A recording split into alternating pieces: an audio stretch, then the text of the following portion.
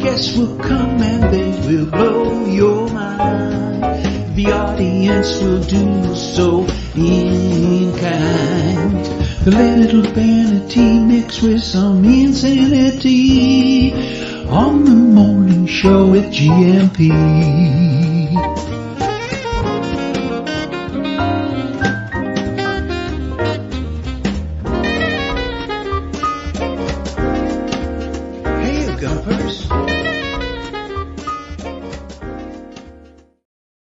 Hola, boa noite, Munson here. It's good evening, Portugal, rather than good morning, Portugal. It is the Good Morning Portugal Wine Club and a special this evening from 7:30, or soon after.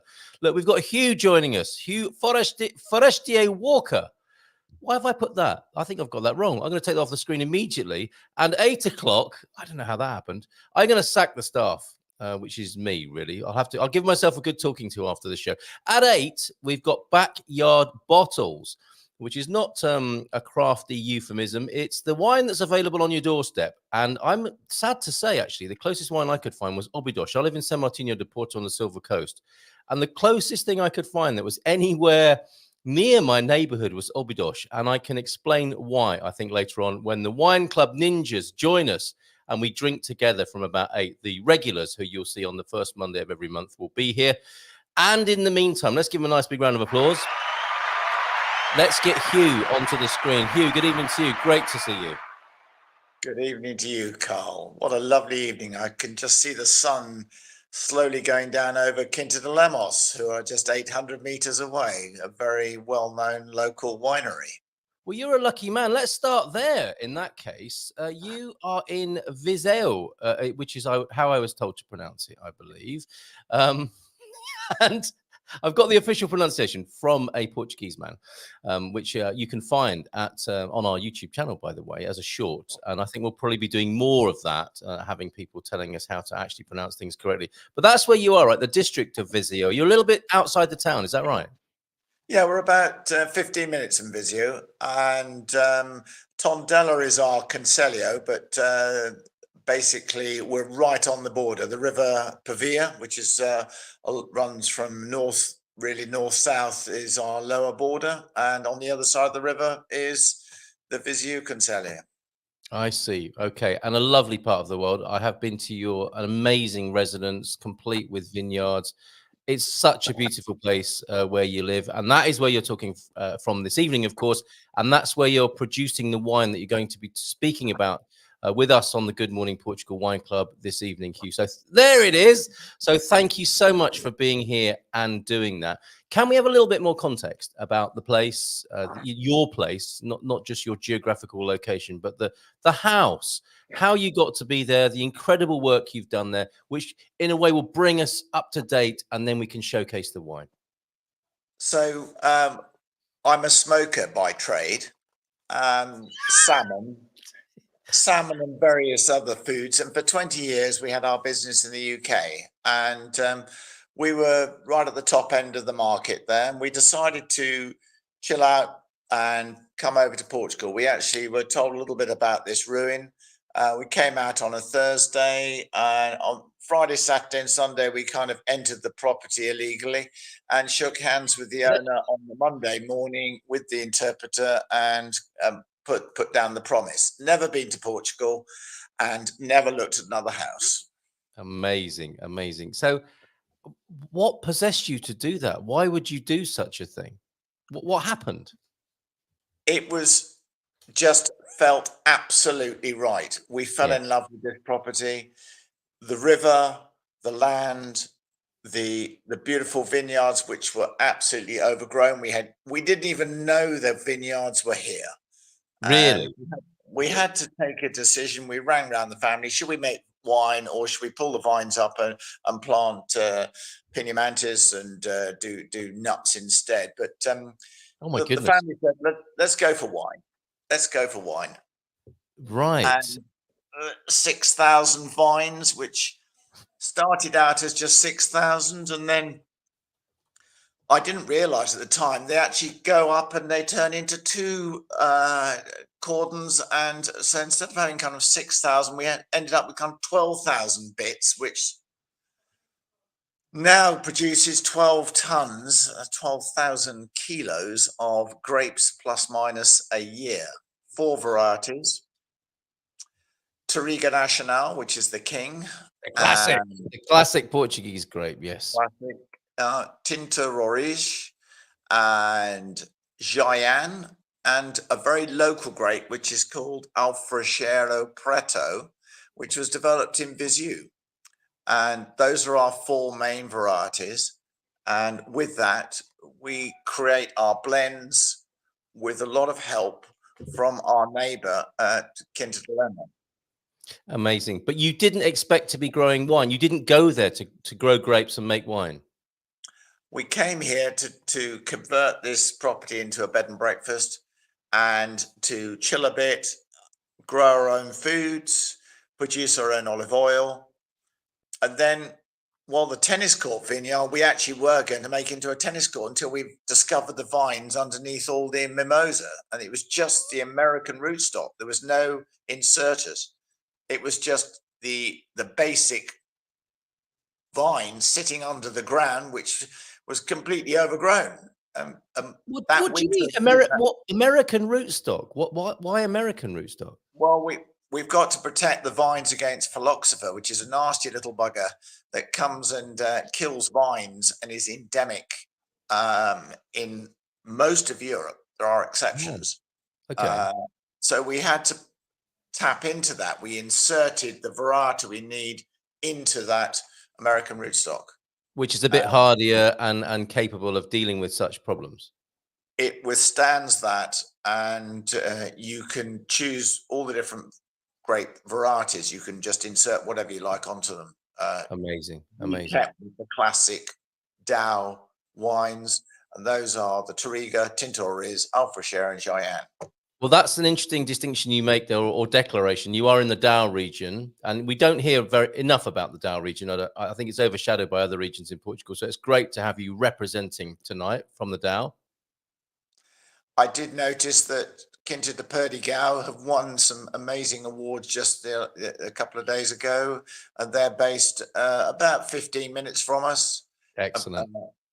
Very, very good results they've had on some of their wines. And congratulations to them. So former smoker, which is becoming increasingly difficult in the UK, but maybe we shouldn't talk about that this evening. So a smoker of foodstuffs, coming to Portugal to have a quieter life, maybe produce a little bit of olive oil, chill out a little bit. But you discover a major vineyard complex beneath the weeds, basically. And you're renovating the property. And then from there, after a quick conflab with the family, do we do nuts or grapes? They say do grapes. And now you're a full-on winemaker, and you have next to you bottles of wine, which you've produced with your own hands, which I think is just amazing, Hugh. It's an incredible story. I think the thing is that the secret, I believe, in making wine starts everything back with the grapes. It's like smoked salmon. If you've got a poor quality fish and you try and make smoked salmon out of it, you're going to get rubbish. You need good quality, clean, nice ripe grapes picked at the right time with advice, and kept in a clean environment. Hygiene is important. Yes. That is you're well away to getting there if you've got that core at the beginning. Yeah, very good. And we're blessed in a way, aren't we, here in Portugal, with good natural basic raw ingredients that you can do wonderful things with, as you're doing there. Yeah, and we do it very traditionally. We like to harvest all by hand. We look at the grapes. If we don't like them, they're chucked out, and then they are destalked into open fermentation vessels, which are basically a lagar, where we actually tread them with our feet. We actually I understand. Yes. Move them round the tanks, by foot, and then once the fermentation is finished, we transfer into stainless steel tanks to age for the first 12 months. Wow. And we're approaching that time, aren't we? That the exciting time of the year where that's going to be happening. It is. It's when you'd find a winemaker normally with a cigarette lighter in his pocket. Why? Ah, now that's the question.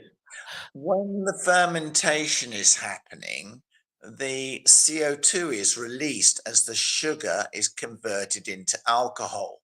Your three main ingredients: temperature, alcohol, and CO2.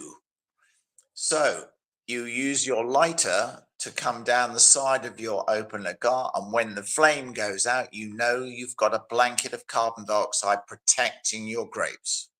How amazing. Sounds dangerous, but quite the opposite, really. Quite the opposite. Don't Yes. try and breathe under the blanket. It doesn't work.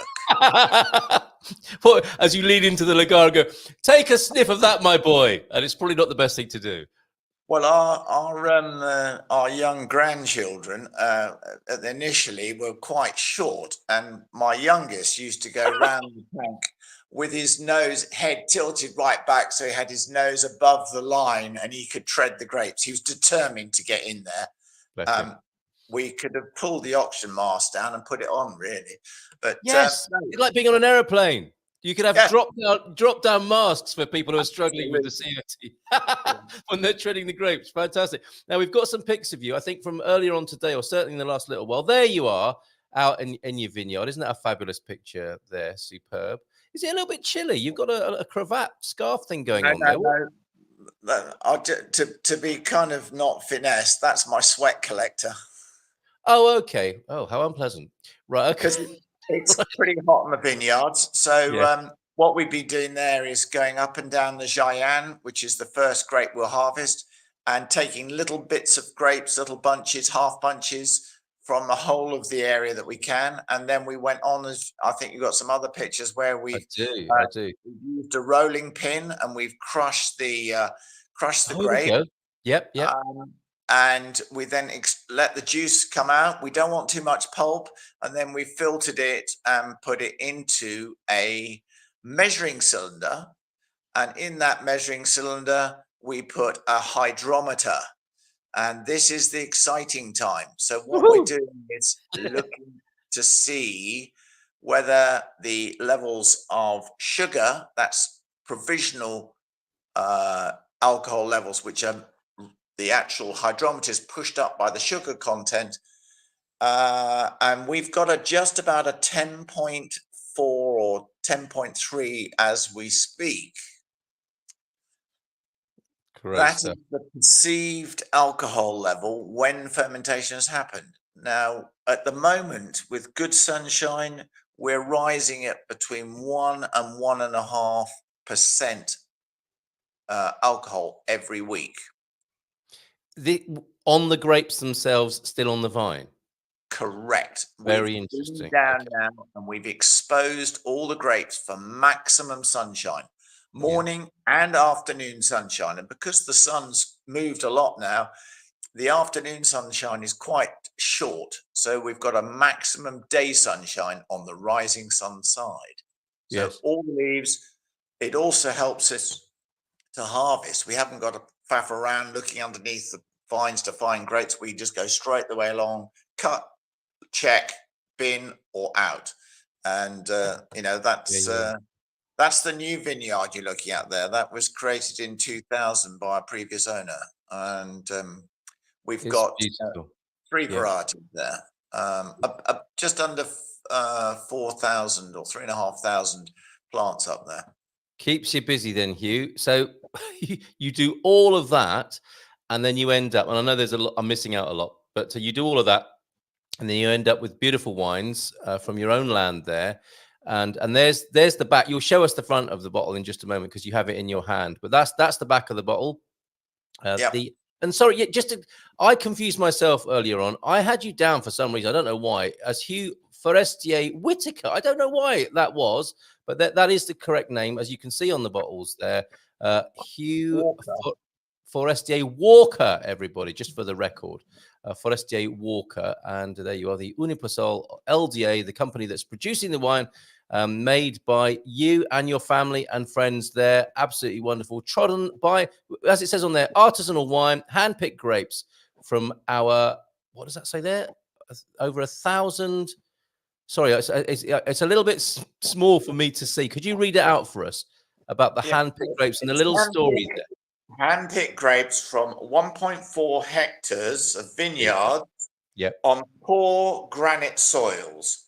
Grapes destalked and foot-trod, natural fermentation in open lagars without temperature control, bottled without filtering.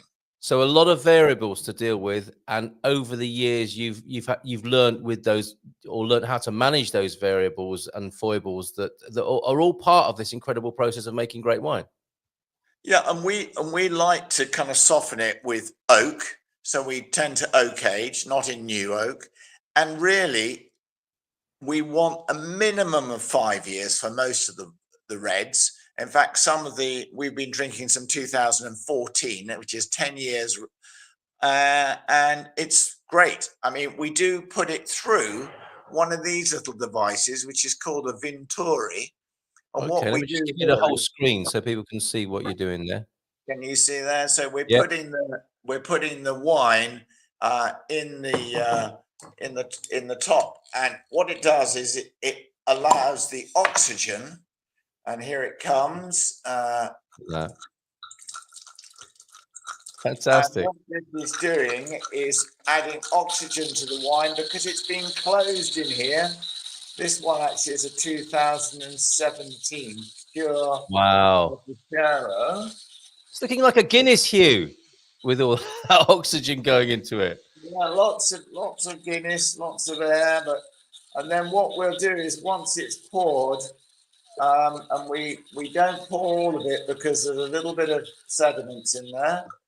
And we leave it for a second, and we want to see if in the top here we can see a spider's web. Oh, right. Okay, so that's the formation. You're looking for a lace on the top. That's right. You get a lace, and it's the surface tension. It's a bit of an indicator on quality. And a nice spider's web is the surface tension forming on top of the decanted. Now, I've saved about an hour from opening by just putting it through this. And it makes such a difference to the wine. It really is huge. And definitely the Dow wines need time and need air. Yes. I'm just going to pour a tiny little drop just to wish you the very best. And likewise, equal mention, chin sold, my friend. And can we see the front of the bottle as well, please? If I could chink the glass with you, I would. You know I would. But let's have a look at that. Look at that beautiful label. Are those oak leaves on there?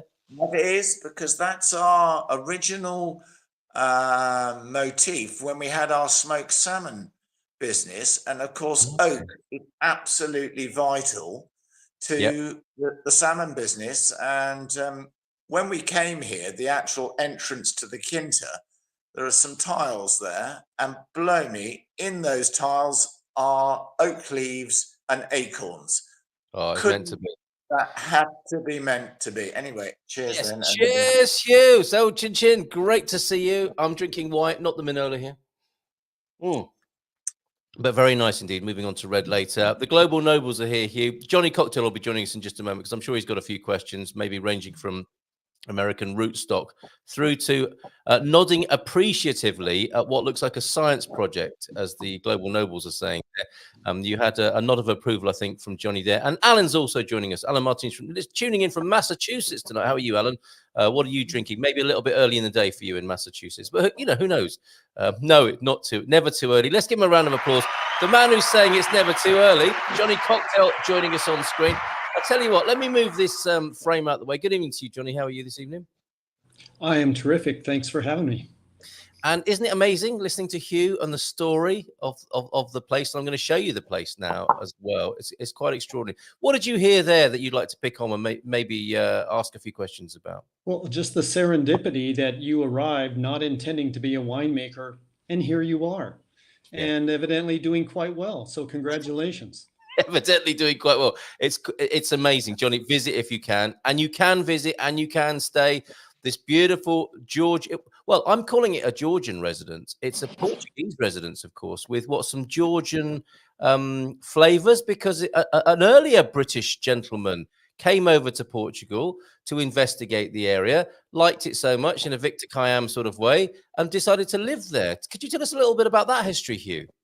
Yeah, his name was Charles Sider. He moved over here in 1865 and converted or built actually this house, but also a unit to make wool, a factory using the power from the river. And the Estrella Mountain supplied the lovely fleeces to actually make real wool, tartan, in fact, and latterly even some felt. They put a big steam boiler in, and they were making tartan for export. And the railway line was actually kind of diverted kind of through the village or top of the village with a lot of influence from said Tomas Ribeiro, who was a famous politician and who had a lot to do with the owner of the factory that actually made this amazing wool cloth. What tartan felt the British in Portugal early on? What year was, or what time was this, Hugh? 1865. 1865. I mean, really, the Industrial Revolution, when so many exciting things were going on in the UK, this gentleman makes his way to Portugal and ends up building this house there. And when you stay there, you are getting a sense of not, it wouldn't be UK, would it be Great Britain, really, wouldn't it? Or England, in the architecture and how he styled the building. What he did, he built, the length of the building is 30, just over 30 meters. The width is 15 and the height is 15. The classic join the width to the height and it equals the length. And the windows, the kind of light area into all the rooms is much higher than a normal Portuguese Portuguese house, which is tends to be a lot darker. It's much brighter and lighter, and the views down to the river. Oh, we saw the otters today. Did you? You've got otters in your garden as well. The otters were coming up the river, and they're eating the crayfish. We got loads of crayfish. We had a fantastic crayfish catch 4 or 5 days ago, and absolutely stunning. Swam them in spring water, bit of piri-piri, boiled them off, peeled them. Oh, with a good old Mary Rose. Stop! Did you drink one of your wines with those crayfish? We do make a white for our American friends over near Nellish, and we had an Encruzado, and we also had a really nice sparkling, which we also make. Wow. I mean, he just chucks this into the conversation, Johnny, doesn't he? We've got a Espumante as well, and a white. American rootstock. From breakfast to bed, he has the wine covered. He does. He really does. It's true. And you can stay there with you and enjoy that over at Quinta dos Três Rios, because you did, of course, open your B&B business, which was the original idea, Hugh. Yeah, it took us 2 years to do the renovation, and we've got the actual rooms are not really, they're suites. They're lovely, comfortable, nice English type sofas, really good and relaxing rather than being crammed into boxes. Views out over the river and the vineyards, really nice. And we don't tell anybody, but we actually just always put a bottle of red, bottle of rosé, a couple of beers, which we don't make. Well, you never see the guests. They're just on that comfortable sofa looking out at the view for all the time they're there. Goodbye. They're gone. But people get kind of wound up when they arrive. They've had a bit of a journey and say, "Oh, there's a complimentary selection of wines there." And they look at you in terror. Do you really mean it? Last place they were, they charged them €50. So we always give them that. And if they don't drink it, we tell them, take it with us, take it with you, and enjoy it with somebody else. Beautiful. The wine ninjas are queuing up to show us their backyard bottles, which sounds terrible when I say it out loud, but these are the wines that they've sourced from their doorsteps, their neighborhoods. I'm sad to say the closest I could find was a wine from Óbidos, which is a fail as far as, but I'm sure the wine's very good. It's just not very close to where I live. I think other people will have done much better than that. I think it's a similar situation for you and me, Johnny, you being in the Algarve and me being in the seaside town of San Martino. It's not easy to find things locally.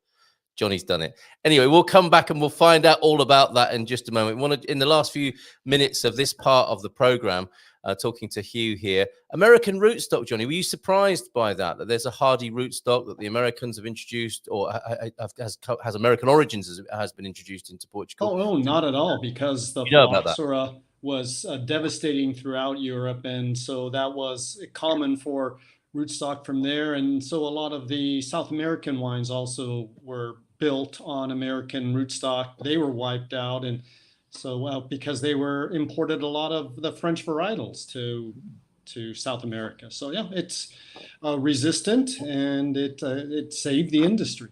Yeah, amazing. And while we have Hugh to ourselves, Johnny, is there anything else you'd like to ask him? Well, no, you touched on it already, and it links into what will be the part of the discussion for the 8 o'clock show, is just to what degree, and I think you've done a great job of explaining, but about the lodging, but what other activities in vino tourism that you provide to your guests, your visitors?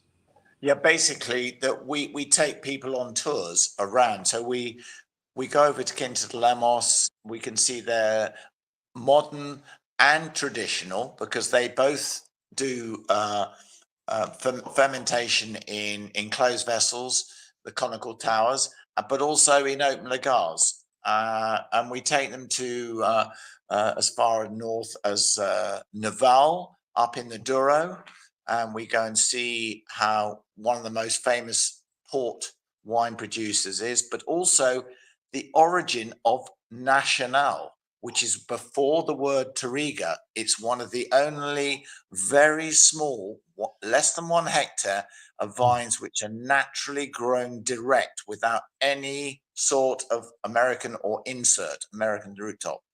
Really? Like a proper native species that's like almost like a heritage vineyard? Absolutely. If one of those bottles, I'd hate to tell you what it would be, but you to get on the list to even get one of those bottles, you've got to be somewhere special. But that's a challenge. That's a challenge to some of the wine ninjas. They might be up for that. But that sounds amazing. So scarcity drives economy, and so I'm Yes. on the sidelines. Yeah. But with that experience, I mean, you can get a bottle of the Heritage Nacional varietal if you're lucky enough here in Portugal. By the sound of it. Yeah, amazing.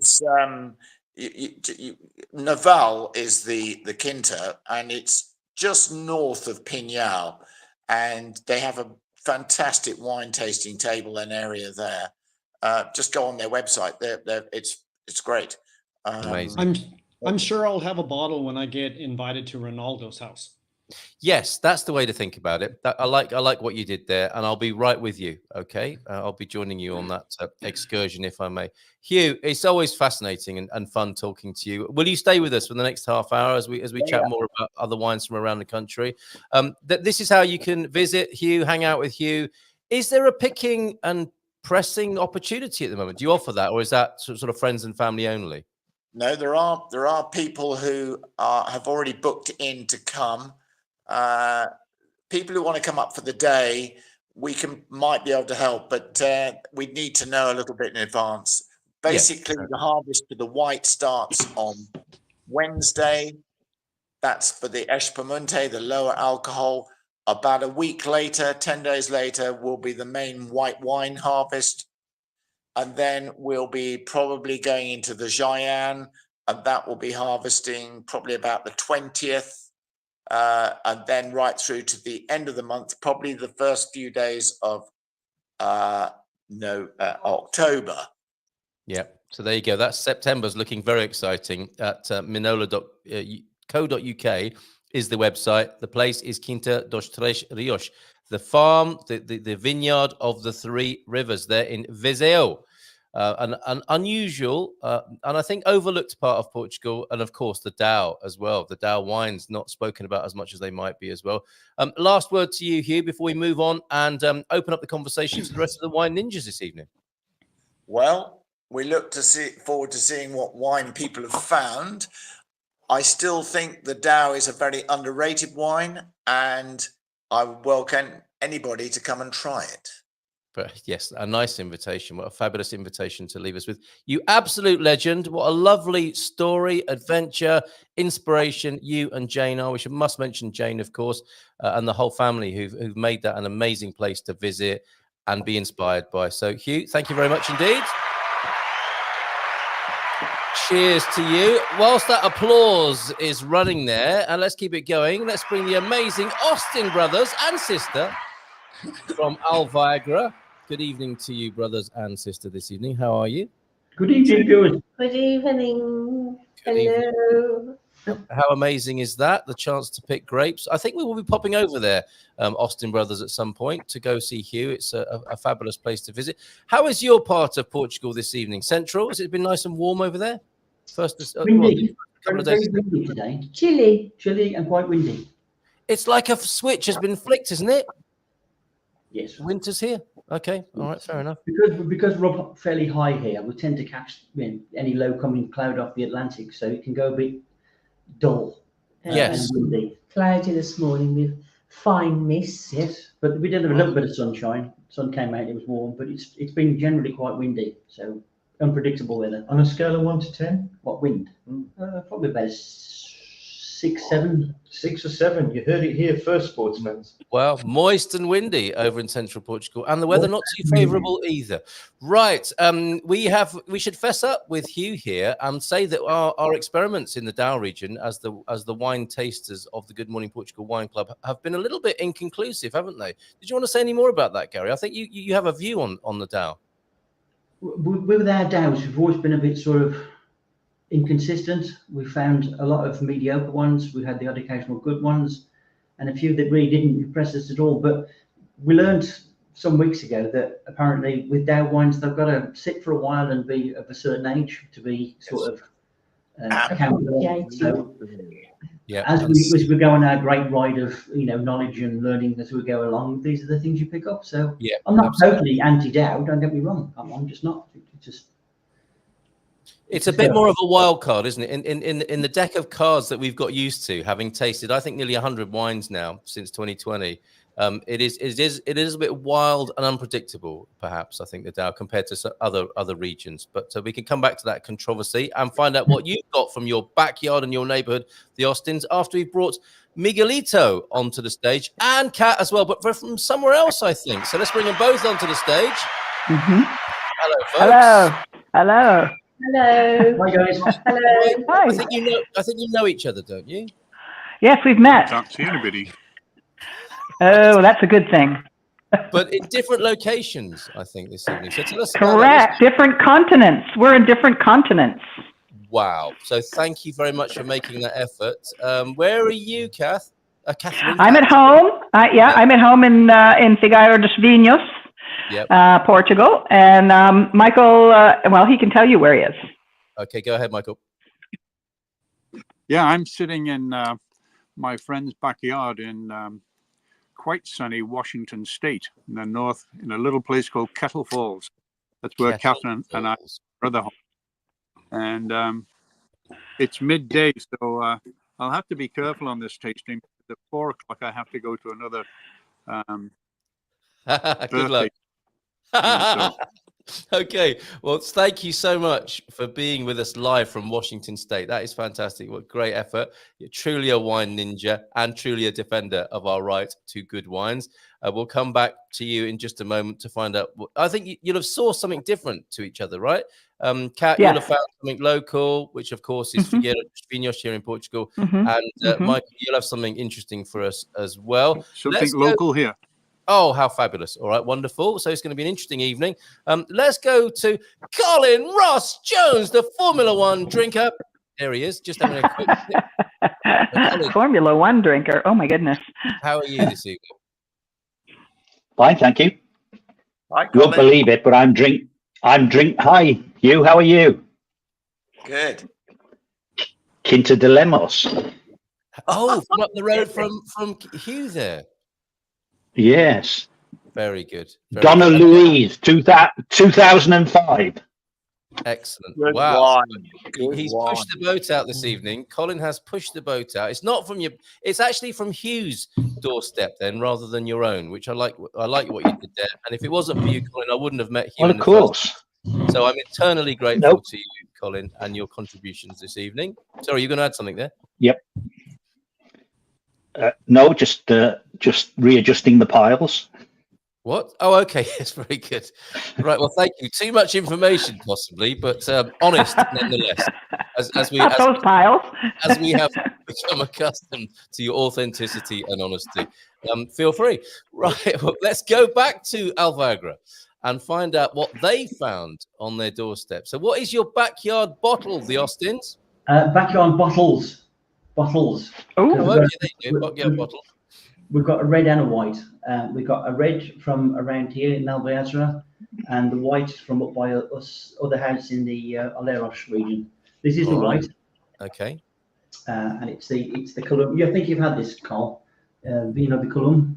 Oh, okay. I don't remember that, but it's a beautiful colour. It's almost looking like a sherry, isn't it? Really. Yes, rich and very fruity. Dark, sort of, very dark. Is it okay?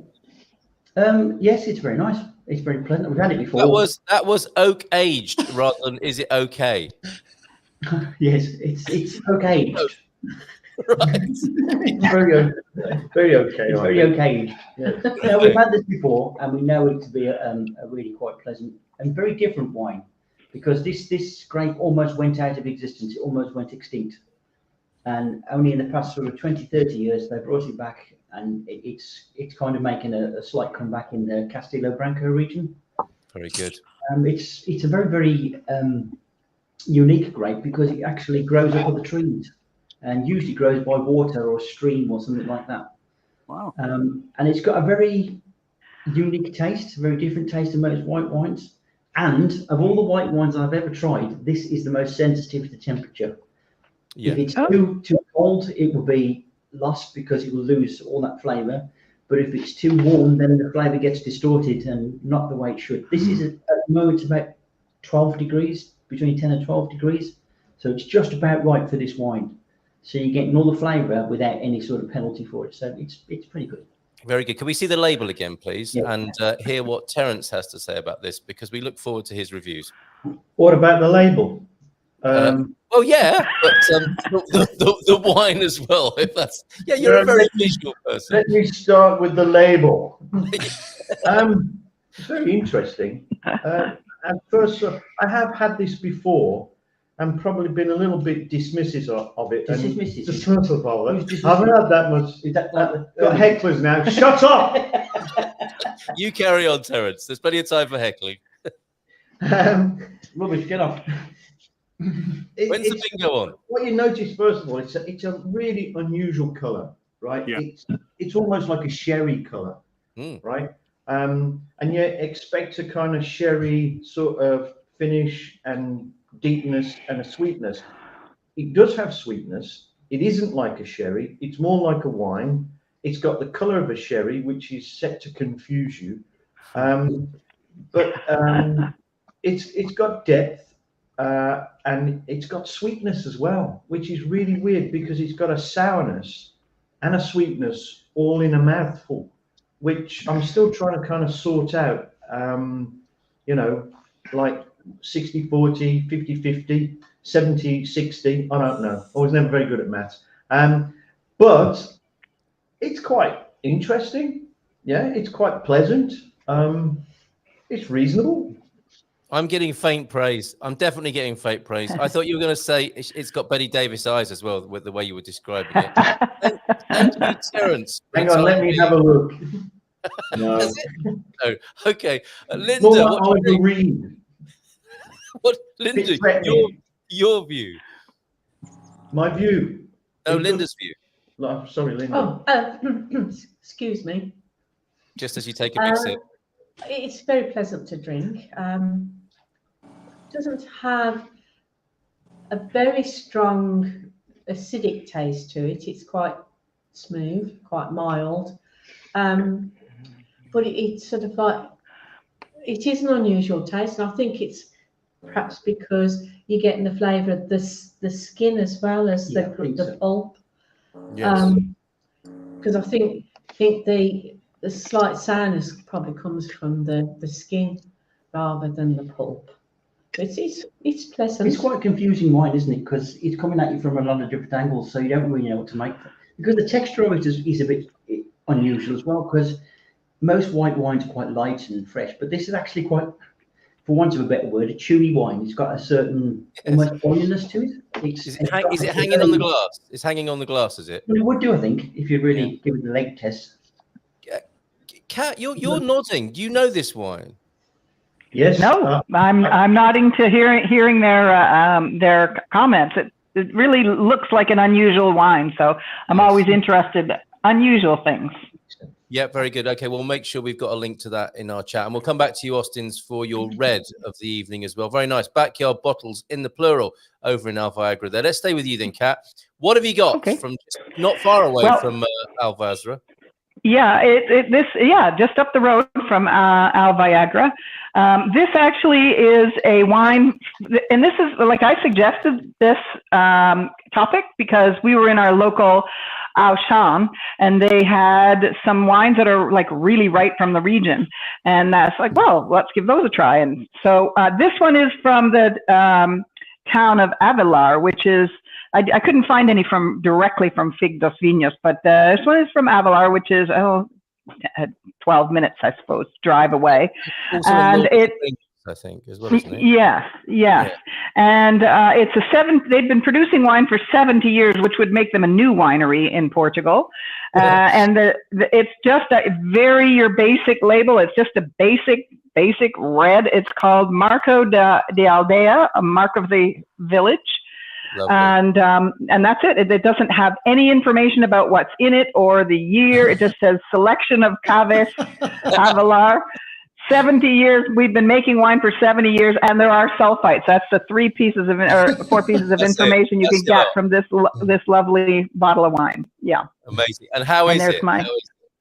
It's actually quite interesting. It's drinkable, as we say in our house. Is it drinkable? Then, yeah. First of all, the price point can't be beat. And I'm sure you could probably go directly to Caves Avelar and, back your tanker truck up and get a filler up. But no, it's quite drinkable. I'm drinking it slightly cool because it's quite an inky wine. I have no idea what's in it, and it doesn't tell me.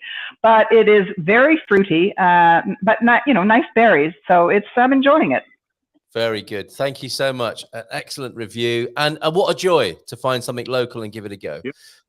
Fantastic. We'll come back to Michael, who's in Washington State with us tonight. Fantastic, Michael. Thanks for making it ever. We're going to Johnny Cocktail now, who I was thinking you wouldn't be able to find anything in the Algarve that was produced locally. You're about to prove me wrong, Johnny, I think. Well, and this discussion would be very different if it was next Monday, because I am going on Thursday to a place that's even closer than the wine that I selected for this broadcast.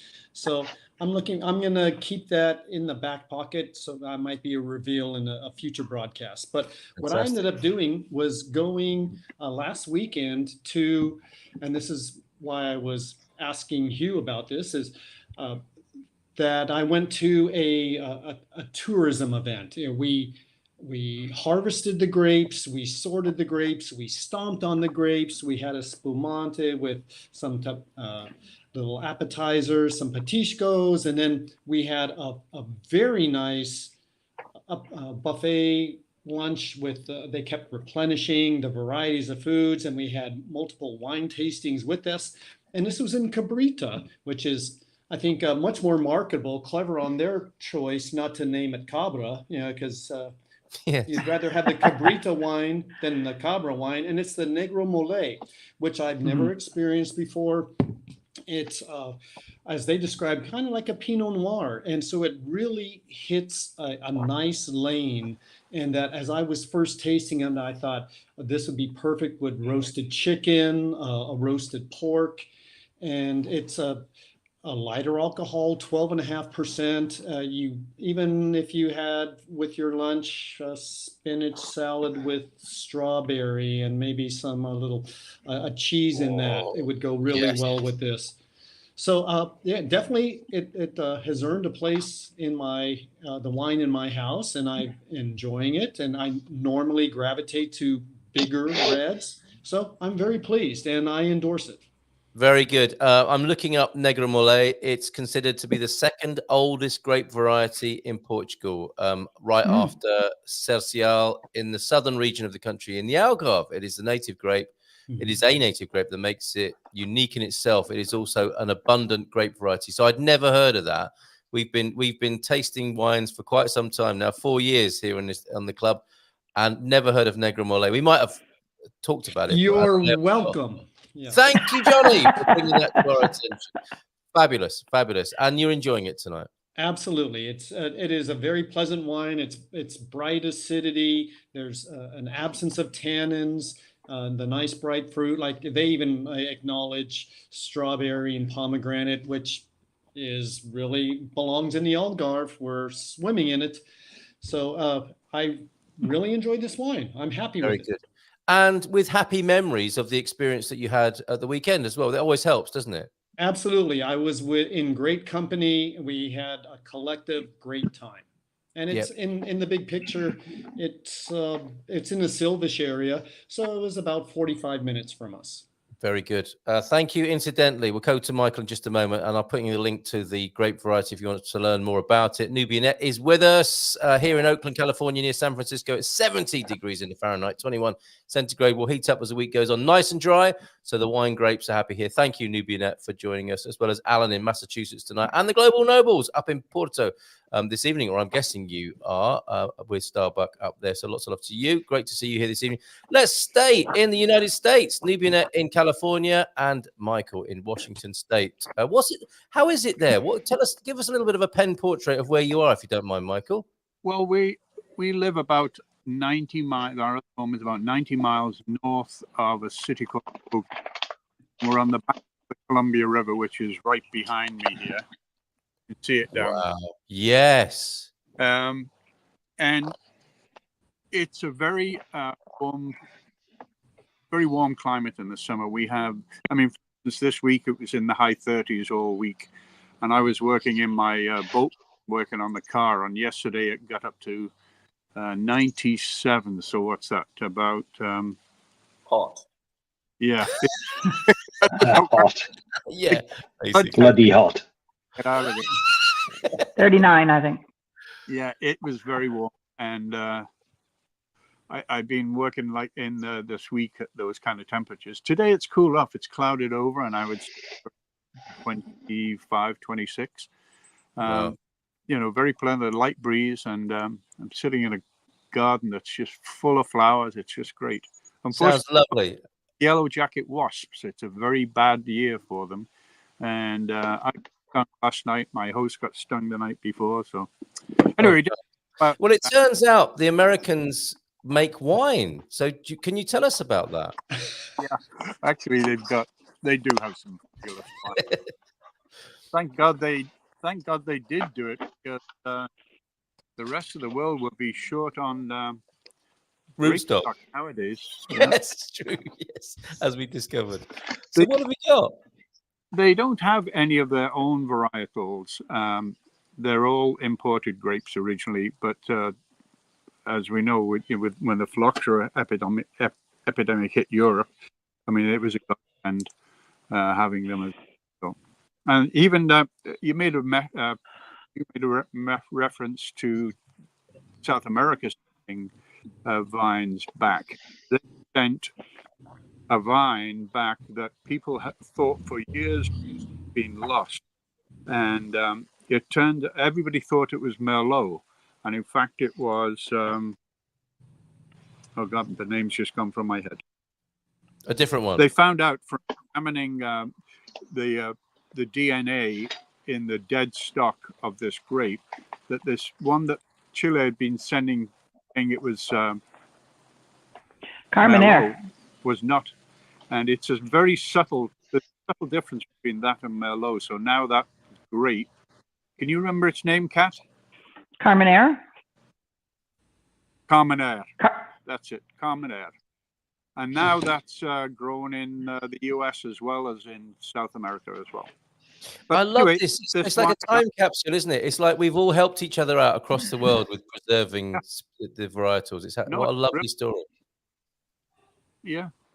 The wine I'm drinking, you can see the label as I turn the bottle.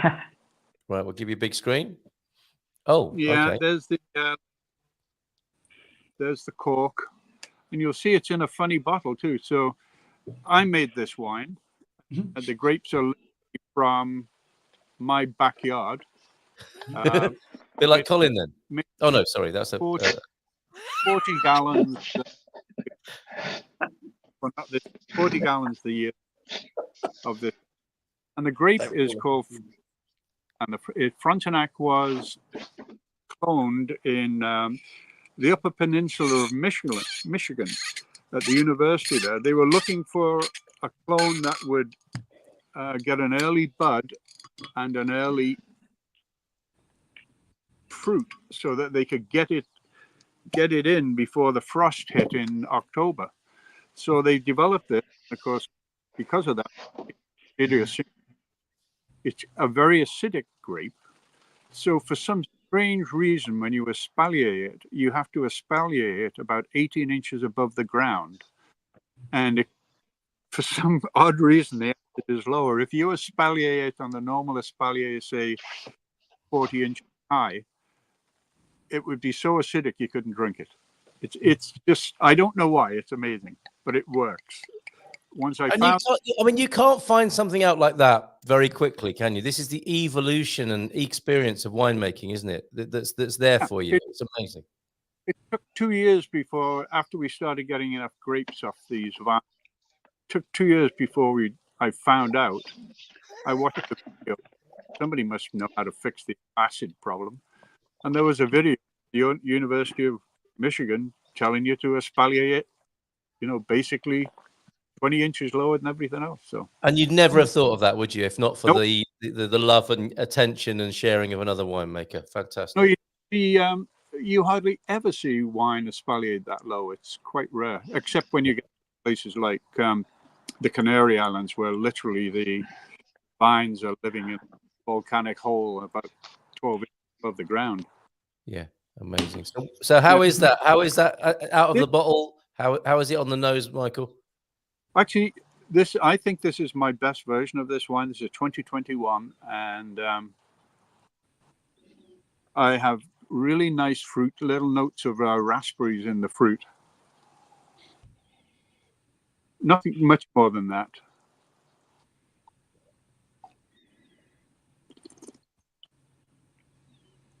But in the mouth, it's amazing. You can acidity, which gets you at the back of your mouth and wants you to come back for more, which I'll try. It'd be rude not to. And you've got the added, I don't know what it is. Hugh knows about this. You know about this, Michael and Kat. You're not just trying a wine, you're trying your own wine. Yeah. Which must be an amazing experience. And you can see enough light through it. It's not heavy-bodied wine. Yeah. But it's only been bottled for 3 months. Right. So, and when I was bottling, I got a funny story. When I was bottling it, I ran out of bottles. So my friend Joni, the lady I'm staying with right now, she drinks a lot of boxed wines. So she had some wine. Do you have any wine bladders from the boxed wine? So she gave me a bunch. So I put it in those for her. She gave me a 5 liter and a 3 liter. And, I got the lids off. I put it in, I spressed all the air out of it, sealed it back up again and gave them to her. And she put it in the cardboard boxes it came from. And when I arrived last week, Joni said, "Oh, do you want a glass of wine?" I said, "Yeah, sure." So she reached on top of the fridge and she's got this Crianza, which is a crappy white supermarket. But inside is the bladder. and on the top above the tap it says "My Wine," and it's a perfect way to. Well, I was going to ask you what you call this. That was my next question to you. What do you call your wine? Mike's Wine. That's as good as any name, isn't it not? No, actually, I was looking for a bottle with our label on it. We have our own label, and I'll bring a bottle of this back with me so that the Al Viagra crowd can. Oh, fantastic! Oh, okay. Sorry, we had a little bit of a tech difficulty there. Did you hear that, the Austins? Mike was going to bring a bottle of Mike's Wine, but it's also known as something else. Merlin Vineyards. Merlin Vineyards. How about that? You lucky buggers. You're going to be trying something from the Merlin Vineyard of Washington State there. So thank you very much, Michael. Do you want to give us any more comment on your own wine there? No, two people are lucky enough to do that tonight on the screen. This wine is 13% alcohol, which is fairly high for a wine with this body. Yep. But it just drinks so easily because it's got a perfect acid blend and a great nose, and there's nothing off about this wine. And you know, homemade wines can often just be just a spot on the edge of not being great,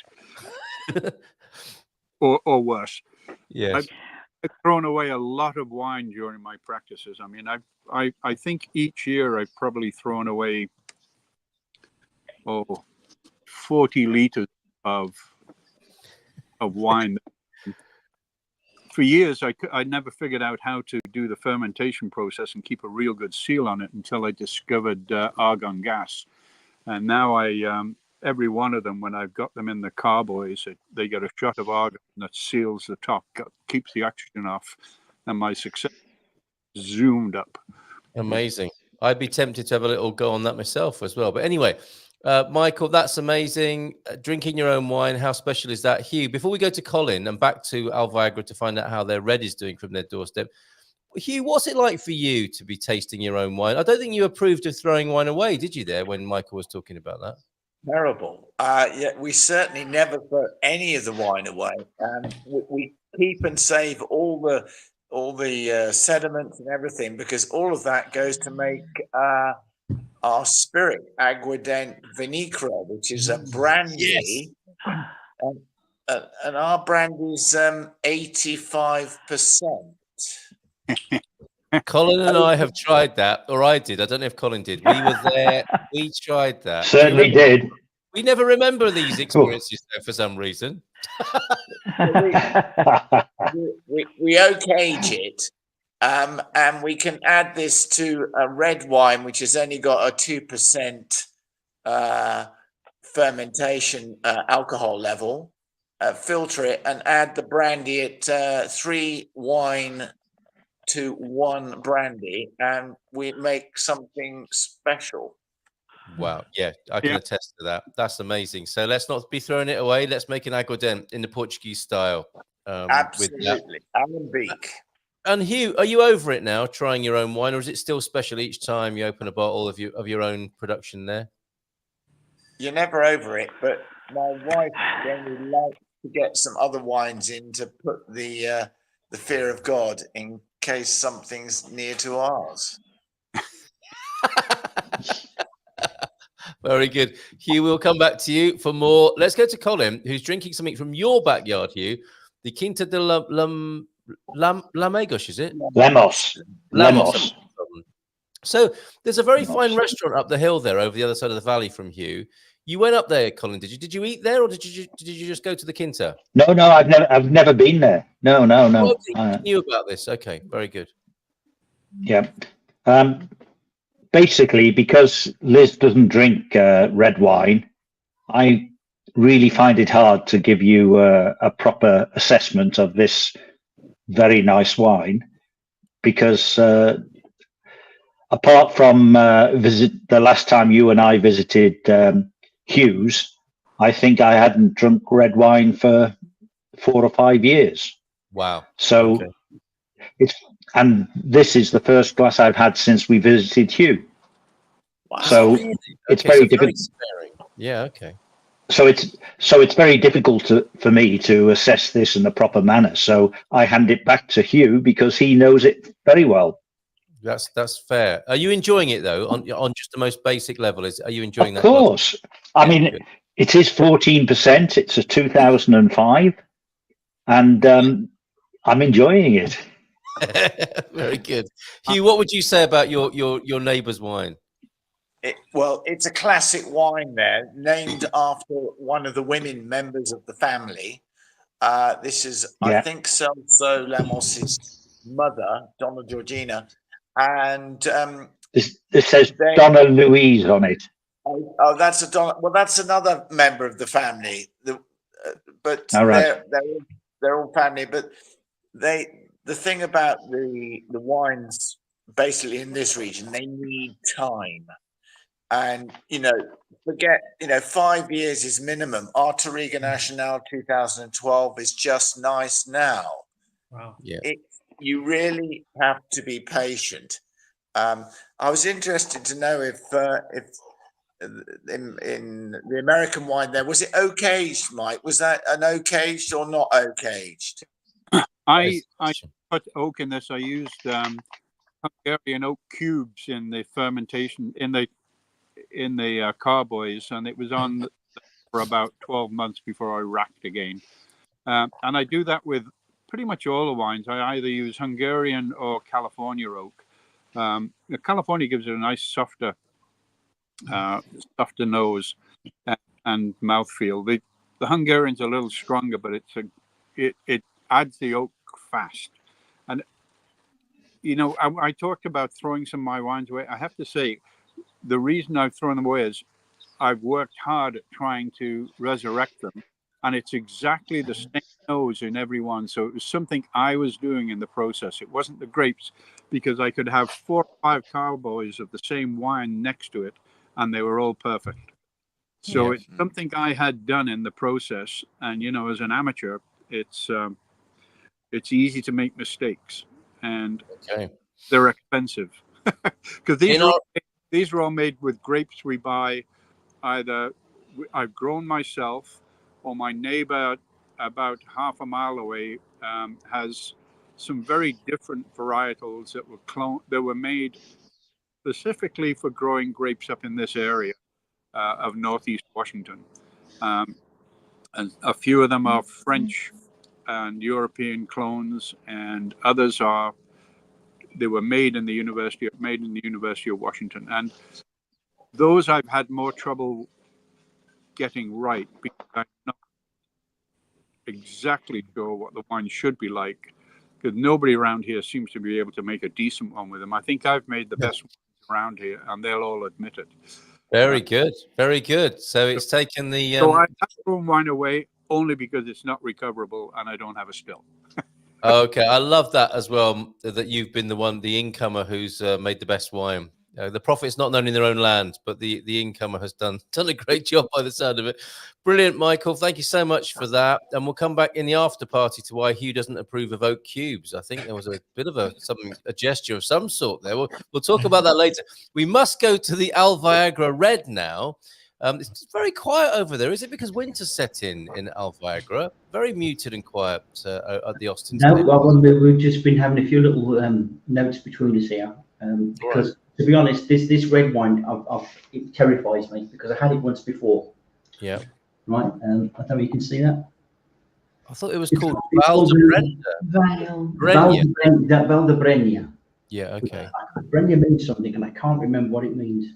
Let me take care of that. You tell us about the wine. Had this wine before, and it was awful. It went straight down the sink. It was completely and utterly undrinkable. Yes. But I'm drinking it again. It must have been a dud bottle. It must have been one that's gone off, because this is a big surprise. This wine is made in very, very traditional methods, very old methods. It's collected and it's pulped into, I think it's concrete vats. That sounds so romantic. And then drained into stainless steel, where it's fermented to a while, and then put into oak for at least 2 years. Nothing gets out of this place that's less than 2 years old. So that's got to be good, really. But I'm surprised. I was really fearing this wine because I thought, oh, it's going to be awful. It really was. But no, it is quite pleasant. It's made literally just up the road. It's an Albiazran wine. I think that our local region is Beira Atlantico, which is not renowned for the best wines, I must admit. But this, yeah, it is quite nice. Very good. Well, so you know, Gary, Brenya is thicket, which I mean, when you were talking about the Lamos wine, and how are you spelling Brenya? How are you spelling Brenya? Brenha. Yeah, I don't think that was the meaning I got from the research. Well, a thicket is not an unnecessarily unpleasant place to be, is it? A thicket, you know, it's just like it speaks of rurality, but it also speaks of, you know, how when we were talking about that theme of having wines named after us, and you know, it's like the slightly robust sour wine is the one we're going to name after so and so, and you know, you get to do that as a winemaker, I guess. And Brenya is the thicket wine, but going down pretty well with some cheese by the look of it over there. Local cheese as well. It's all very local here. This is Albiazran cheese, which is goat's cheese, which is absolutely marvelous. Really lovely. From the town. Okay, so you didn't go over to Penella or Rabassal. No. You've got Alviagra cheese there. No. We stopped local, did the best that we can to get something from around where we are. And it's paid off. I've got to give it. We are so lucky. Now, I don't thank you very much, and we'll have final words from everybody in just a moment. Hick, excuse me. The closest I could get in my old champ was an Obidos wine, which is shameful, isn't it? I live in San Martino de Porto. It's about a 30-minute drive to Obidos, 20 if you're Portuguese. And how I could not, or 15 probably, how I could not find something closer is probably something to do, and this is what I was alluding to with you, Johnny, is when you live in a tourist area, it's not the same as living in central Portugal, isn't it? Where there's likely to be a cheesemaker, a blessed cheesemaker, or a winemaker in the neighborhood. Life is a bit different, and I'm sure if I looked hard enough, I could probably find a local winemaker. But it's not the same. It's not as easy to find locally made things, local honey, local olive oil. I still haven't found a locally made olive oil. So life is a bit different, I think, when you're in a touristy area. And the deeper you go into the countryside, the more likely you are to find beautiful things locally made, as the Austins are enjoying tonight, and no doubt Hugh is as well. So, you know, I'm not criticizing the wine. This is fabulous. It is... if I just have a quick look, it's Touriga Nacional and Castellan and Aragones, and it is delicious. It's slightly more expensive than I would normally pay. It's good. It's very good, but it's a shame it's come from so far away. So I'm going to have to work harder or move to enjoy the sort of experiences the rest of you have had this evening. Thank you, Squire of the Shires. Carmenere is a half-sibling of Merlot and Cabernet Sauvignon, and its parent is Cabernet Franc. Thank you so much for that. Swirl, sniff. Question is sip or sup. That is a good distinction, sip or sup. So I think we should go with that tonight. Back to Alviazra. Go, Gary. I forgot to tell you this wine, the grapes, because they're unusual. We've got our stock Barga grape, yeah, which we know is a good grape, and ubiquitous Bastardo wine. Yes. Okay.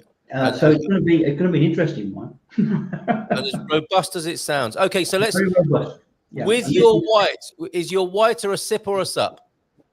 My white for me is a thumbs up. I think Linda, you're kind of in the middle, and Terence is kind of, you know, Terence. Leave it, take it or leave it. But the red. What about the red? The red. What you want? Marks out of 10? What's it have to be marked? Or out of 5? Or a sup? Out of 5, I'd give it a 3. Yeah, that's fair. Oh. I'd say it's a good. What is it? €3 something? Yeah, less. I've just around €3 mark. €3 something, and you can eat it with cheese and meat. And I wouldn't eat it with fish.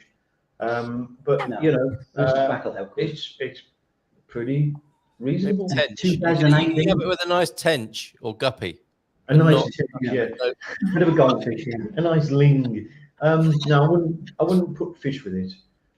Probably a bit too rustic and overpowering, but it will stand. You know, nice steak, all sorts of roasts, wild boar, yeah. Local meat, goat. Local meat, yeah. Cabrito.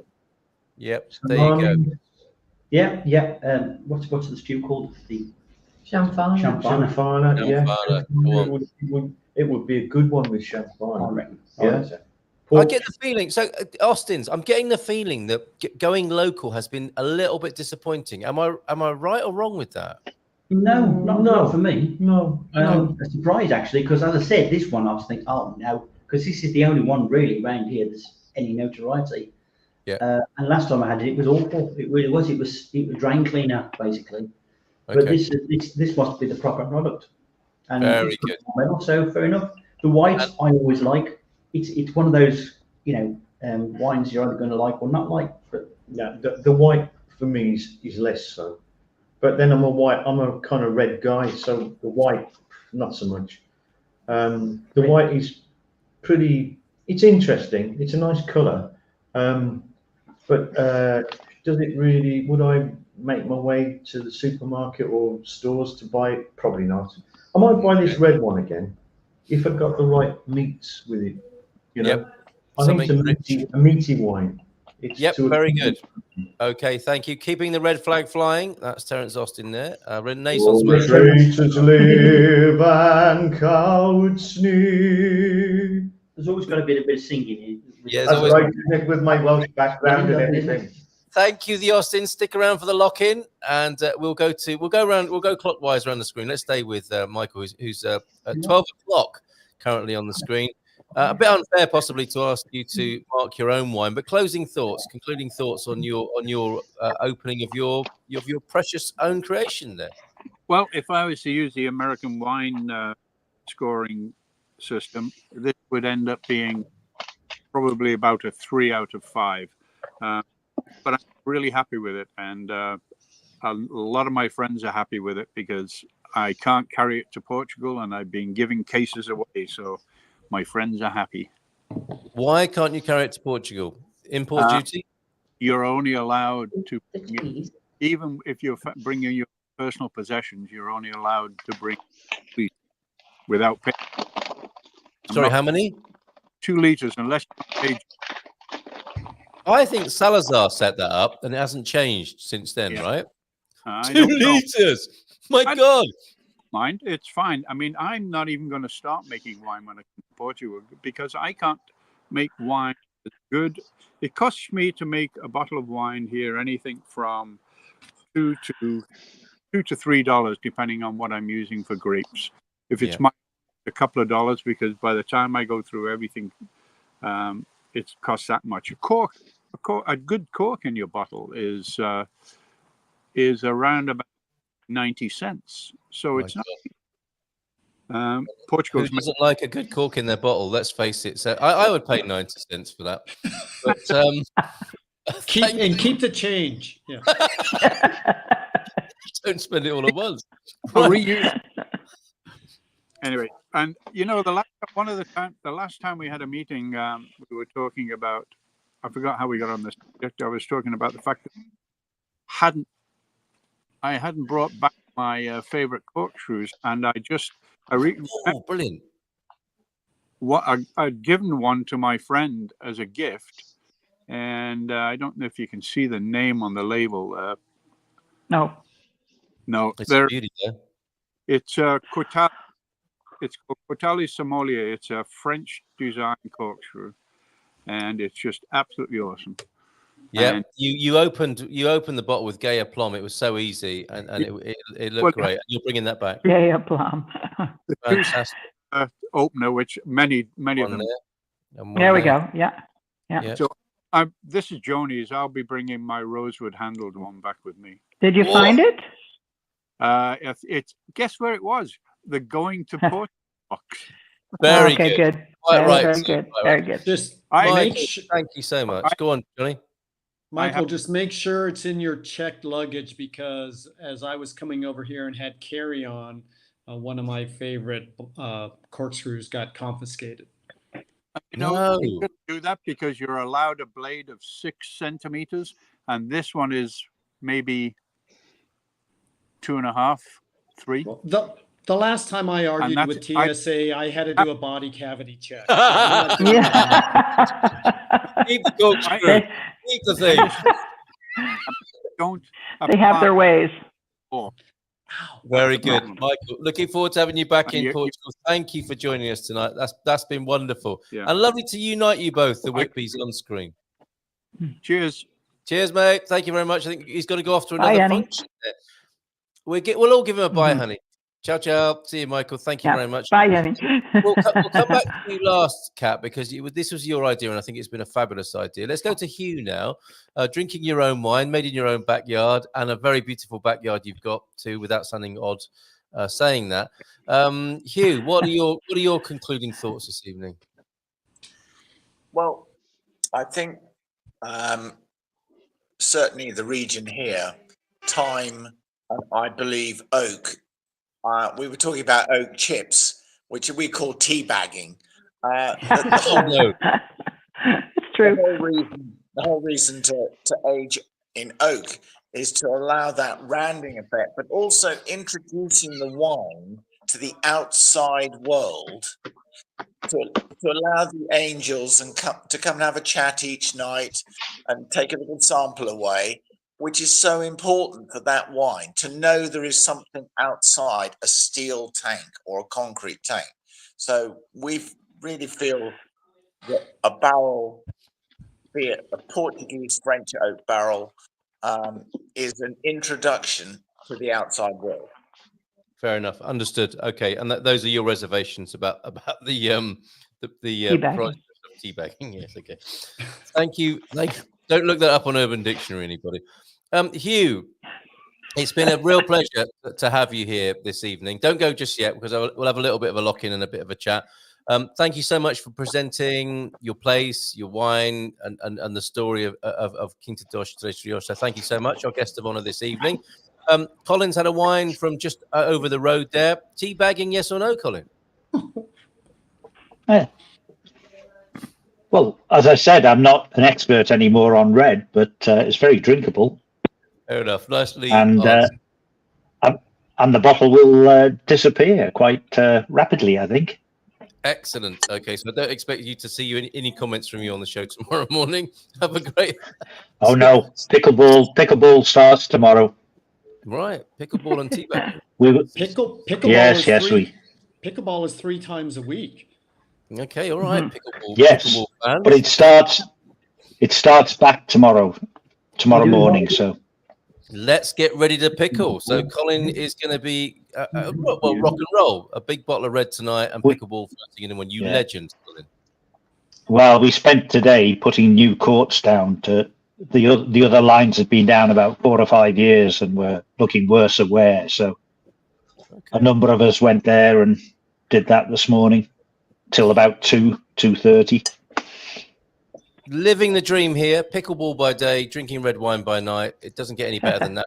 So cheers, Colin. Thank you for being here tonight. And of course, our selector of fine motor cars this week, the BMW i4 Electric.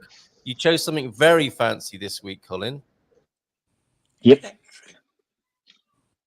It's a very good car. I mean, if you read some of the headlines, it sounds like Mercedes, BMW, Volkswagen are all cutting back on their electric cars, and Ford.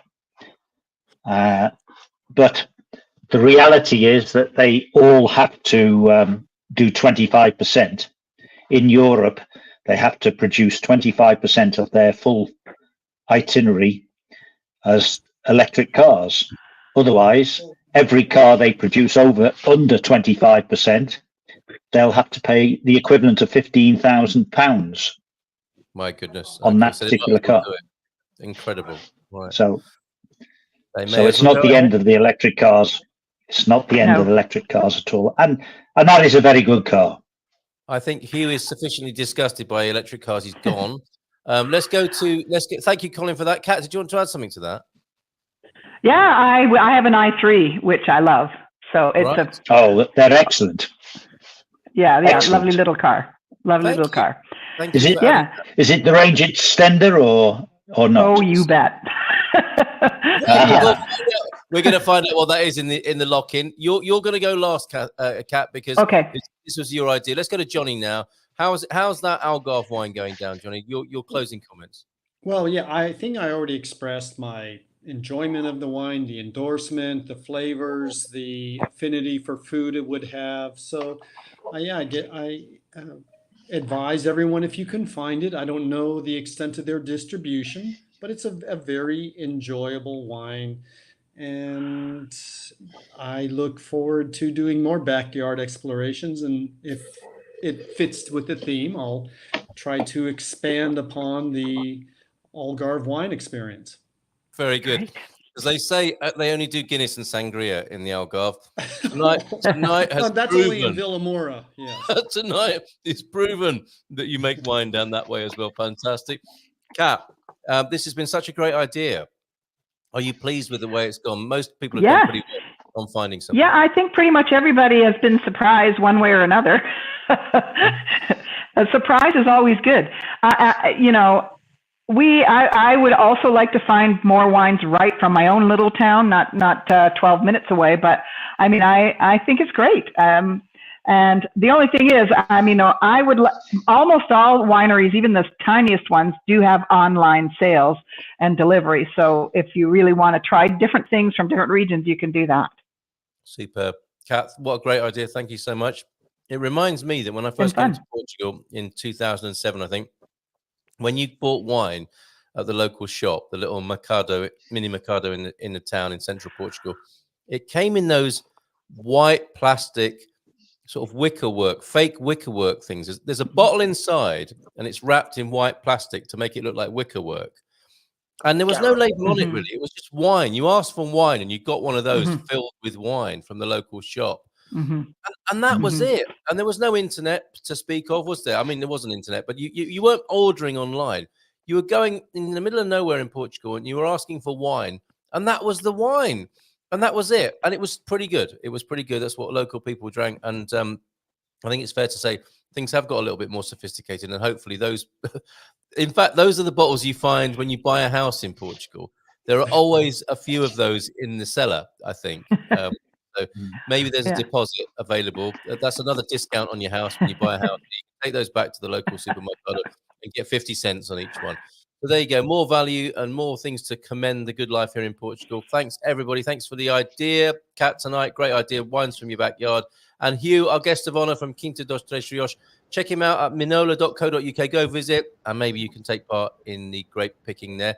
We'll roll the intro sequence of Good Morning Portugal just by way of a palate cleanser, and we'll have a little bit of a lock-in for anybody who wants it afterwards. If you're watching and you want to join us, just send me a WhatsApp, and I can send you the link, and you can join us. See you in a few minutes, Ninjas. Great job tonight. Brilliant.